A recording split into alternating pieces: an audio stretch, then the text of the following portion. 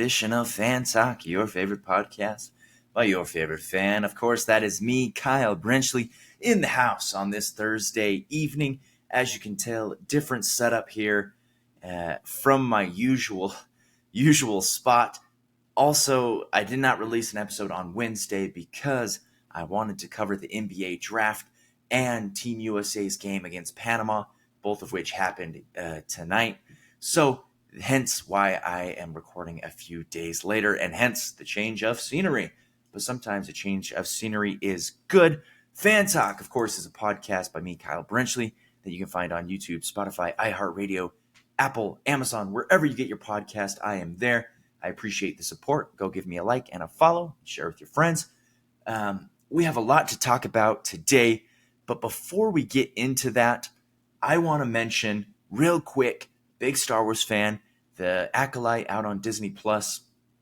There's been a lot of interesting comments and reviews about it. I'm not going to sit down here and give you my opinion of it. I'll save that for a future Star Wars podcast if I ever create one. But episode 5, which came out a couple days ago, has its moments.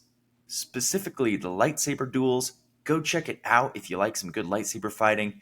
Again, that's the Acolyte. Not my favorite Star Wars show, but episode 5 had some interesting and intriguing moments. Okay, let's jump into the Fan Talk, Fast Talk.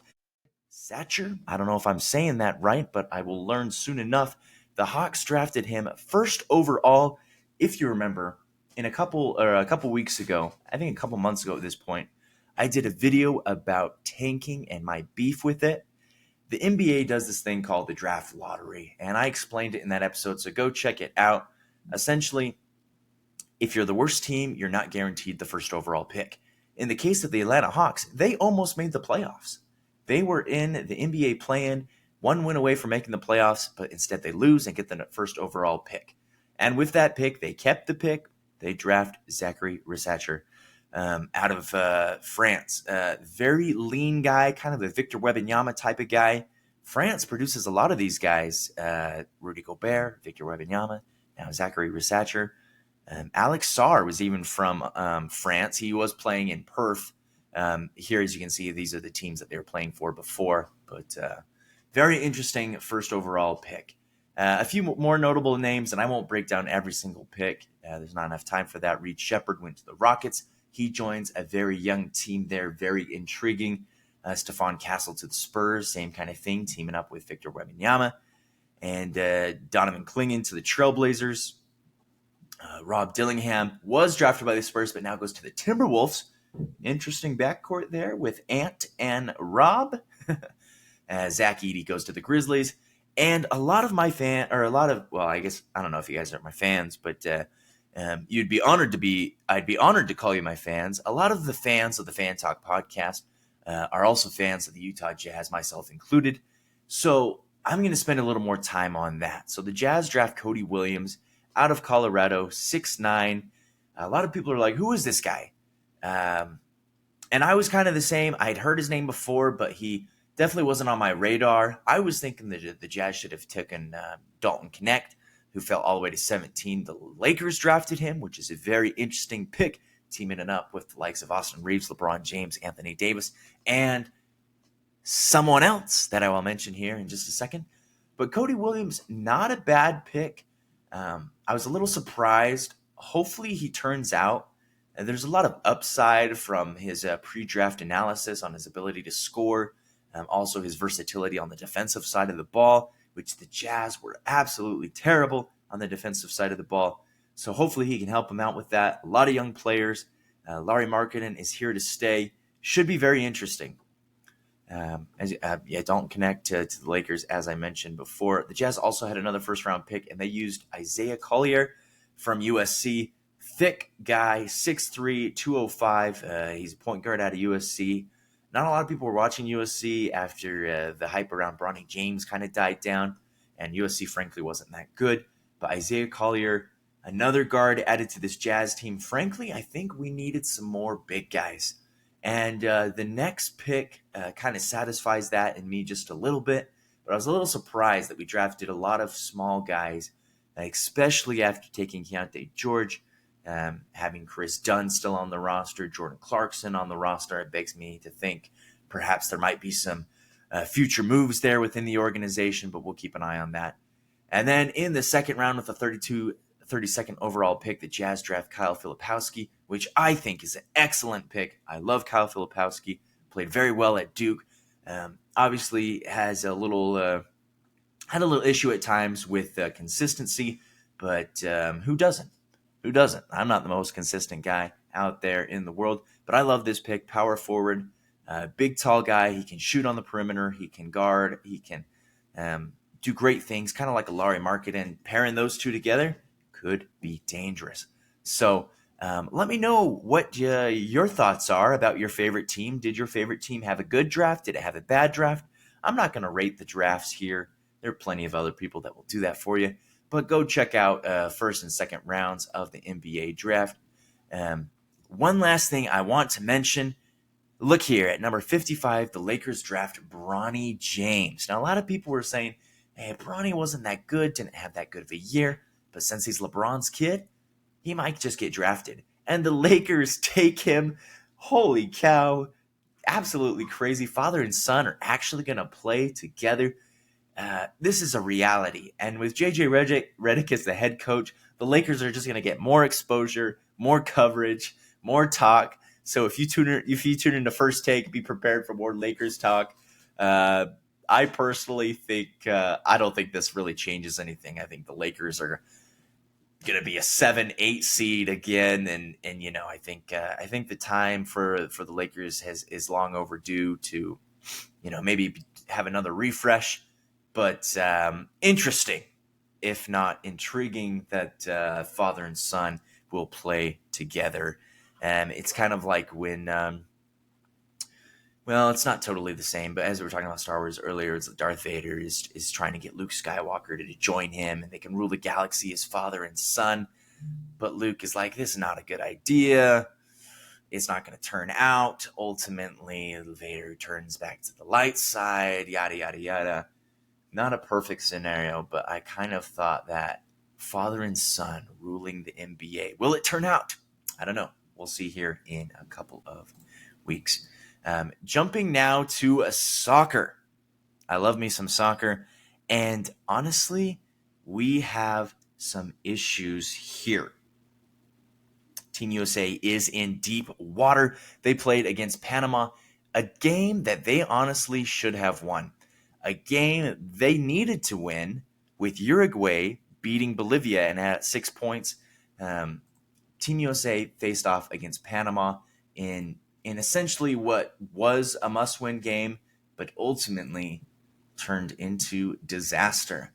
A red card. See, I play a lot of sports, and I'm not going to – I make these comparisons with myself a lot, but everyone is unique.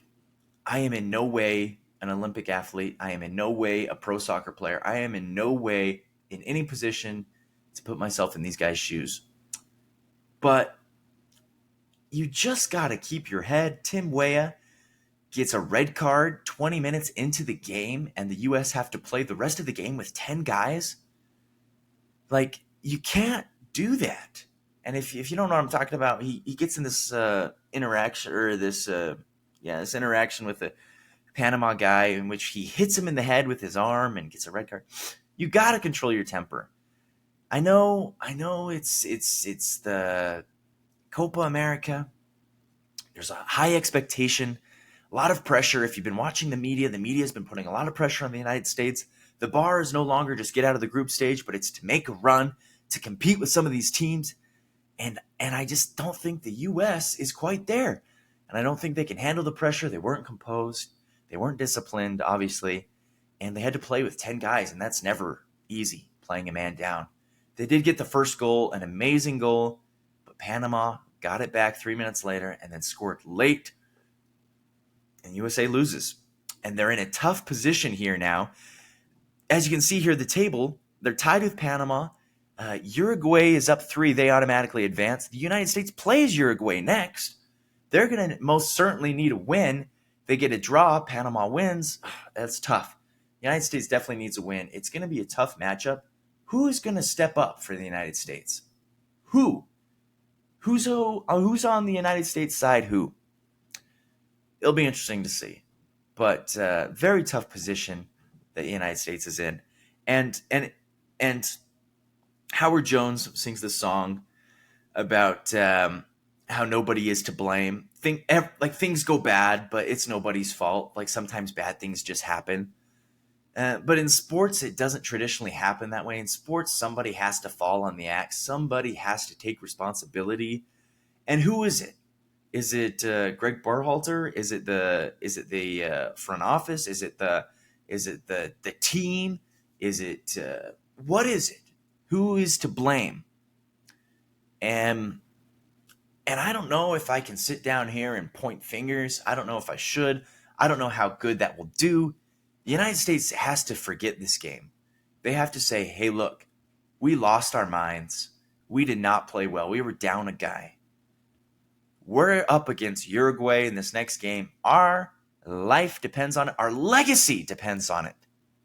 This is a make or break game for the United States of America against Uruguay. They face off on Monday. Who will step up? Can Captain America, Christian Pulisic, lead the way? Who will help him? That game's on Monday, Fox Sport 1. Again, the United States in deep trouble. Can they get out of it? Copa America. So fun. The Euros going on right now. The Olympics less than a month away. This is great. This is absolutely great. I love what we're seeing here. But let's go over to Europe. European soccer, as I mentioned in last week's episode, is insane. The Europeans love their soccer.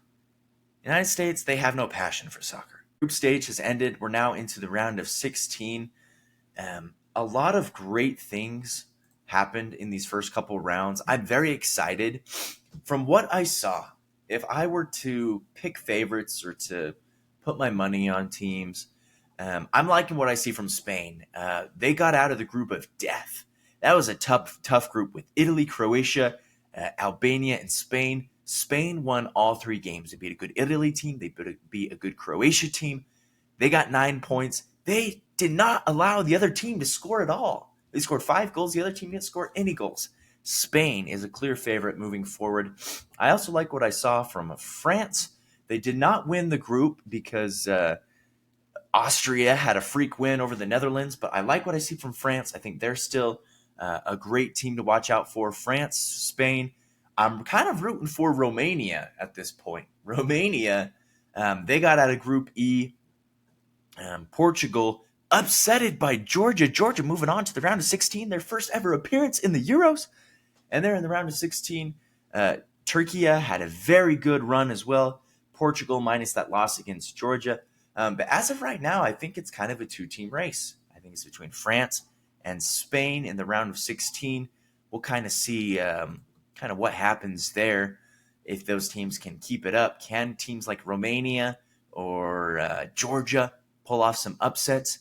England, kind of some room for concern for England. Don't know if they're going to get through. Same with Belgium. They made it through, but a little bit of concern there. The round of 16 continues on Saturday with Italy against Switzerland and Denmark against Germany. A doubleheader there. So go watch some soccer this Saturday. Go have some fun. It's going to be good. Cross your fingers that the Team USA can find a way to win. They really need it.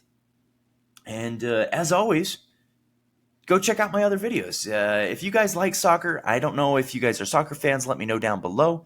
If you want to talk soccer, if you want to talk any sort of sports, and it doesn't have to be a specific team sport. I had my friend Logan come on and we talked about triathlons and endurance sports. Please message me on Instagram. I'll link it down below or comment.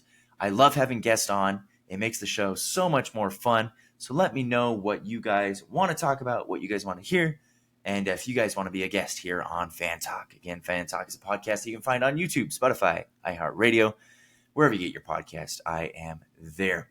All right, guys, you have a great evening. I'll see you guys next week for another edition of Fan Talk.